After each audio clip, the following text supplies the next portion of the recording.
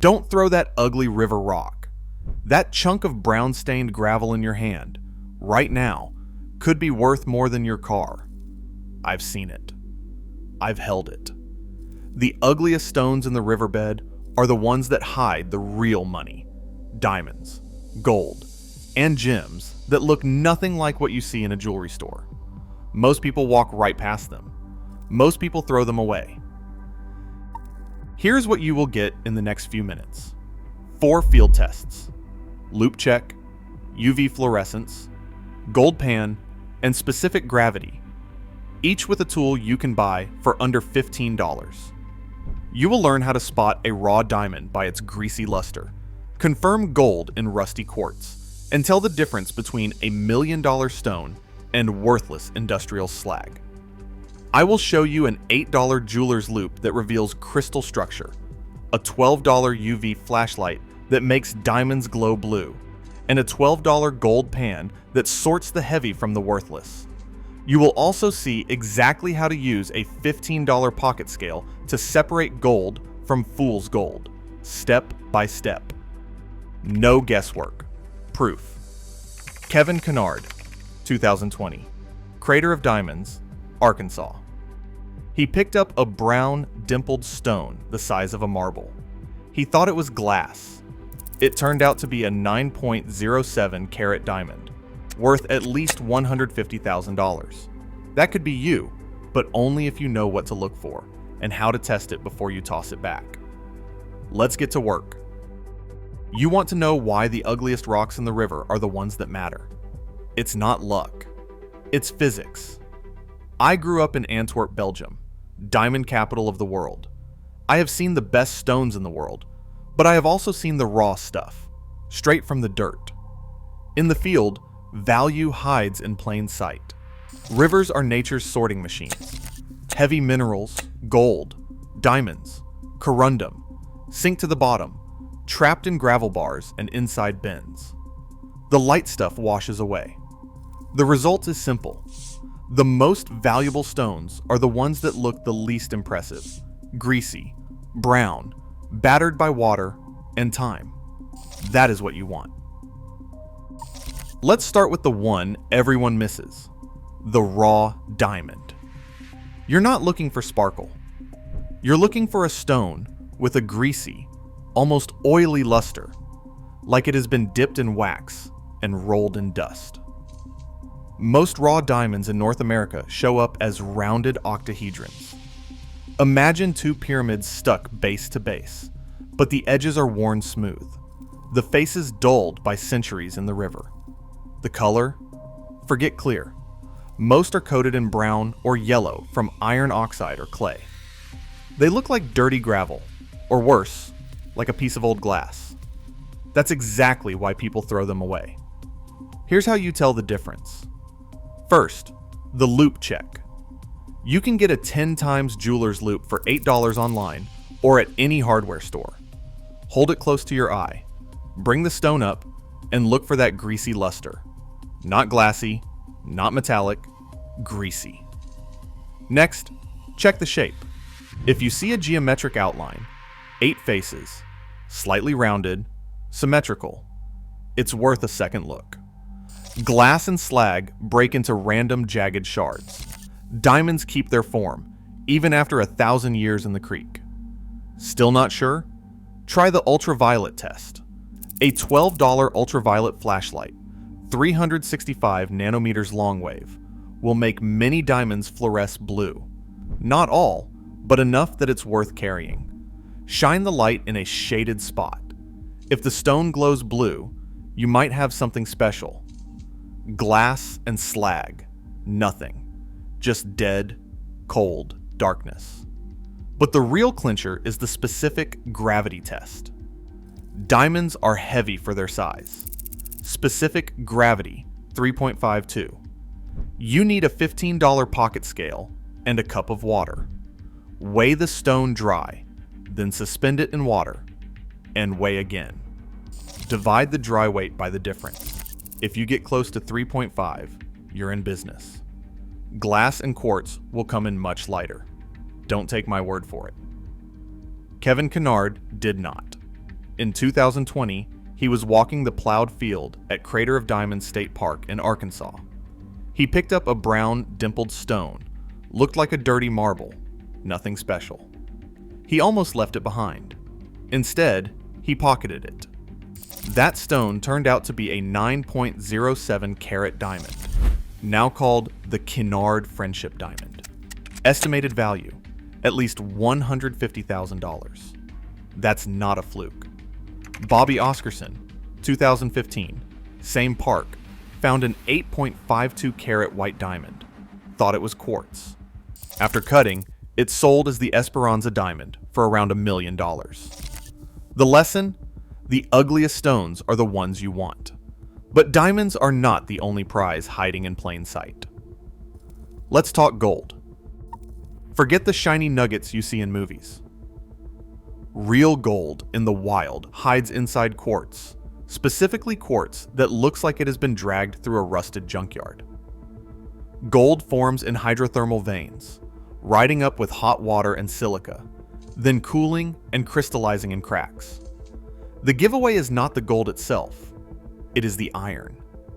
When pyrite and other sulfides oxidize, they stain the quartz with rusty reds, oranges, and yellows. The result is ugly, iron-stained quartz, sometimes with a honeycomb or vuggy texture where the sulfides have weathered away. Here's what you do. Grab an $8 loupe.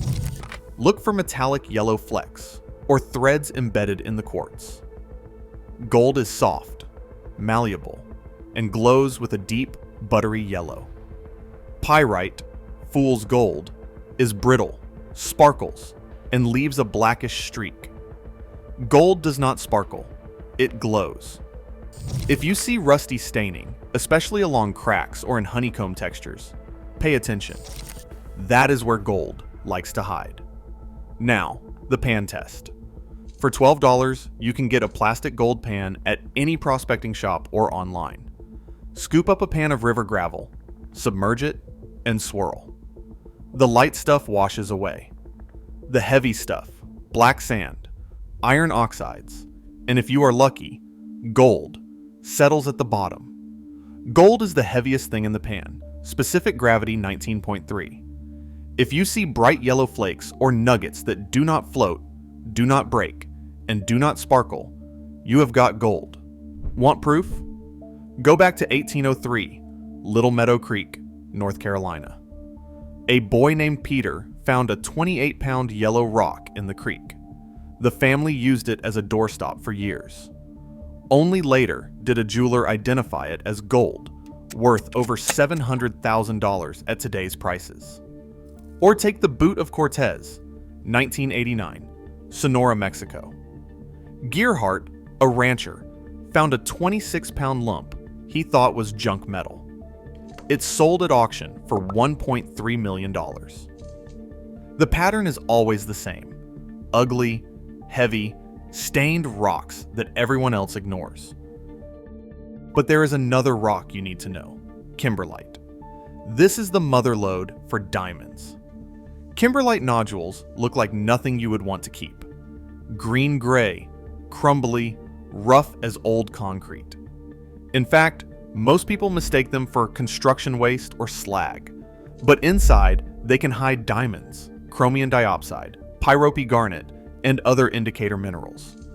Kimberlite pipes are rare, but in North America, you will find them in Arkansas, Colorado, Wyoming, and even up into Michigan and Wisconsin. In rivers, weathered kimberlite breaks down, releasing diamonds into the gravel. If you find a greenish, crumbly rock with embedded fragments, especially if you see red garnet or green diopside, stop and examine it. Use your loupe. Look for small, glassy, greasy lustered crystals. If you are near a known kimberlite field, do not throw it away. Here is a field test. Kimberlite is weakly magnetic because of magnetite. Use a $3 rare earth magnet from any hardware store. If the rock is slightly magnetic and matches the color and texture, you might have kimberlite. For diamonds, go back to the ultraviolet and specific gravity tests. If you find a crystal in the matrix, check for blue fluorescence and a density near 3.5. Now let's talk about the stones that fool even the experts, alluvial sapphires and rubies. In the wild, corundum does not look like a gem. It appears as barrel-shaped, hexagonal crystals, dull gray, brown, and sometimes colorless. The surface is often rounded, water-worn, and coated in clay or iron oxide. The Missouri River in Montana, Rock Creek, Dry Cottonwood Creek, and Yogo Gulch are famous for these stones. In North Carolina, Franklin and the surrounding streams produce rubies and sapphires, but you would never know it by looking. Here is how you check. Corundum is hard, 9 on the Mohs scale. It scratches glass, quartz, and steel. If you have a $35 hardness pick set, you can test it directly. But in the field, use your loupe to look for a hexagonal cross-section. The weight is another clue. Corundum is heavy for its size, with a specific gravity around 4.0. If you find a barrel-shaped, heavy, gray or brown crystal that scratches glass, do not toss it. Some natural rubies fluoresce red under shortwave ultraviolet light, but most alluvial stones are dull until cut and polished. Let us get real about the odds. Most of what you find in the river is worthless. Worse, a lot of it is industrial slag, iron waste, glass cullet, and old smelter byproducts. These can look like gold, diamond, or corundum if you are not careful. Slag is often vesicular, full of bubbles, sharp, glassy, and sometimes iridescent. Glass cullet is shiny, sometimes blue or green, with rounded edges from water. Here is how you avoid wasting your time. First, the streak test. Gold leaves a yellow streak on unglazed porcelain. Pyrite leaves a blackish streak. Slag and glass usually leave a white or colorless streak or none at all. Second, check the hardness. Gold is soft and scratches easily. Diamond is the hardest and scratches everything. Slag and glass are hard, but not as hard as quartz or diamond. Third, look for bubbles. Natural minerals do not have them. Slag and glass do. Fourth, check the weight. Gold is heavy, with a specific gravity of 19.3. Slag and glass are much lighter. Finally, use your magnet. Iron slag is often magnetic. Gold, diamond, and corundum are not. If you want more locations like this, exact coordinates, field guides, and stones most people overlook, subscribe now. I'm not giving you the tourist version. I'm giving you the field version. The version that gets your hands dirty and your pockets heavy. Let's get back to the rocks that matter. The Jones Diamond, 1928, Rich Creek, West Virginia. Grover Jones and his family found a 34.46 carat stone in the creek. They kept it as a curiosity for years, thinking it was quartz.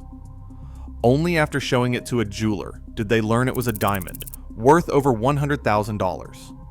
Darlene Dennis, 1990 Montana, picked up a 14-carat dirty stone on a rural road. She thought it was nothing. It turned out to be one of the largest North American diamonds, likely worth tens of thousands. The Dogtown Nugget, 1859, on the Feather River in California, was 54 pounds of gold. It was mistaken for a dirty boulder until someone broke it open. Value today? Over $1.5 million. Montana sapphires are another classic. In the 1860s, gold miners on the Missouri River kept finding pale, rounded, grayish-blue stones clogging their sluice boxes. They threw them away as worthless. Only later did they realize these were sapphires, and now some are worth thousands after treatment. The lesson is always the same. The ugliest, most ordinary rocks are the ones that hide the real value. Let's get practical. Here's your field kit. An $8 jeweler's 10 times loupe for crystal structure, luster, and inclusions. Buy it online, at a hardware store, or at a rock shop. a $12 ultraviolet flashlight for diamond fluorescence. Buy it from Amazon or a rockhounding supply store. A $12 gold pan for separating heavy minerals. Get it from any prospecting shop. A $15 pocket scale for specific gravity. Get it from eBay or Amazon. A $3 rare earth magnet for slag and magnetite. Find it at your local hardware store. A $35 hardness pick set for corundum and quartz. Find it on Amazon or at a mineral supply shop. Now, step by step, here is how you use them. Loupe check. Hold the loupe to your eye, bring the stone up, and look for greasy luster, which could mean diamond, metallic yellow, which could mean gold, or a hexagonal cross-section, which could be corundum. Ultraviolet test. In the shade, shine the ultraviolet light on the stone. A blue glow means a possible diamond. A red glow means a possible ruby. Pan test. Fill the pan with gravel, submerge it, swirl, and tilt. Gold settles at the bottom. Black sand is a good sign, but it is not valuable by itself. Specific gravity. Weigh the stone dry, then weigh it in water. Divide the dry weight by the difference. 3.5 means diamond.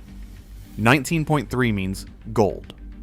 4.0 means corundum. Magnet test. If it sticks, it is probably slag or magnetite, not gold or diamond. Hardness test. Scratch glass with the stone. If it scratches, it could be corundum or diamond. If it does not, move on. Now, a brief look at the science. Rivers concentrate heavy minerals because of specific gravity. When water slows down, on inside bends, behind rocks, or in gravel bars, the heavy stuff drops out. Gold, diamond, and corundum are all denser than the average rock. That is why you often find them together, and why the best spots are usually the ugliest, muddiest, most overlooked parts of the river. Kimberlite forms deep in the mantle, erupts to the surface, and weathers into crumbly, green-gray nodules. Gold forms in quartz veins, stained by iron from oxidized sulfides. Corundum grows in metamorphic rocks, breaks free, and rolls downriver until it is just a dull, heavy pebble. The process is slow, relentless, and completely indifferent to what we think is beautiful. Now the story that still gives me chills. September 23rd, 2021. Noreen Redberg, a California retiree, walks into Crater of Diamonds State Park with her husband. Within an hour, she spots a jelly bean-sized, pear-shaped stone sitting on the surface. She almost leaves it behind. It turns out to be a 4.38 carat lemonade yellow diamond, now called Lucy's diamond. Estimated value, $20,000 to $30,000. She did not recognize it. She did not need to. She just picked up the ugliest rock in the field and took it home. That is the truth. The ugliest rocks are the ones that matter. The ones everyone else throws away. The ones that change everything if you know what to look for and how to test it. So next time you are standing in a river, knee-deep in mud, holding a greasy, brown, ugly stone, do not throw it away. Test it. Check it. Trust your tools, not your eyes.